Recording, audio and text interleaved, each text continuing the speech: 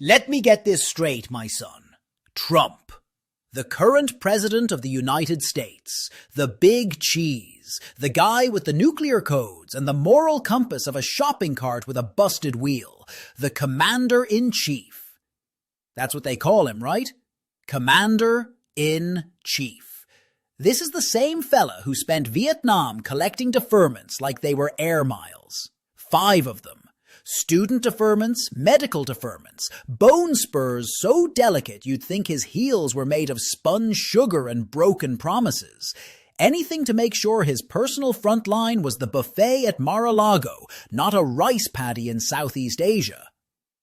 And this guy, this paragon of couch-based courage, has the gall to look at the countries who actually stepped up after 9/11, who sent their sons and daughters into Afghanistan, and say, you know, they'll say they sent some troops to Afghanistan, or this or that, and they did.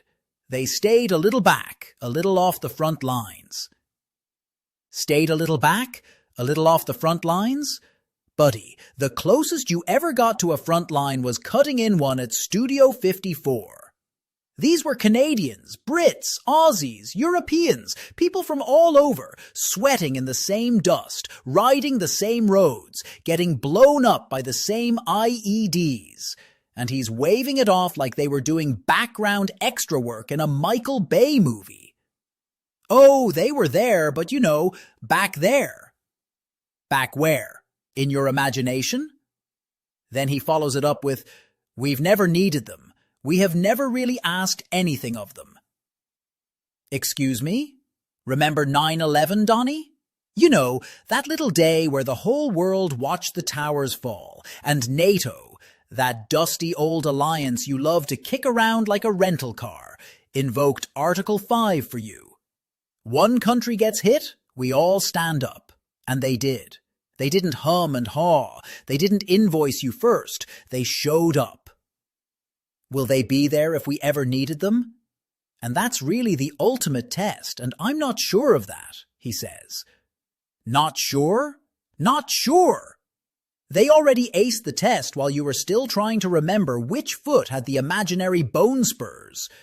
Their soldiers bled in Kandahar, not in a tell-all book 30 years later.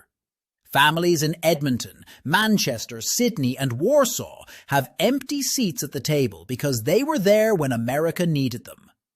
That's the thing that fries my circuits, boy. The man who ducked the draft so hard he practically invented political limbo now questions the courage and commitment of people who actually went. It's like a guy who faked a note from his mom to skip gym class, calling Olympic athletes lazy. Countries around the world answered the call after 9/11. They didn't stay back. They didn't hold off. They went where the Americans went. They patrolled the same valleys, walked the same roads, sat in the same helicopters, wondering if today was the day something blew up underneath them. And now Mr. Bonespurs, Commander-in-Chief, is out here rewriting history like it's one more unpaid invoice. So let me get this clear, Donnie. You had 5 chances to serve and took every off-ramp. They had 1 chance to stand with you and they took it. You escaped the front lines, they died on them.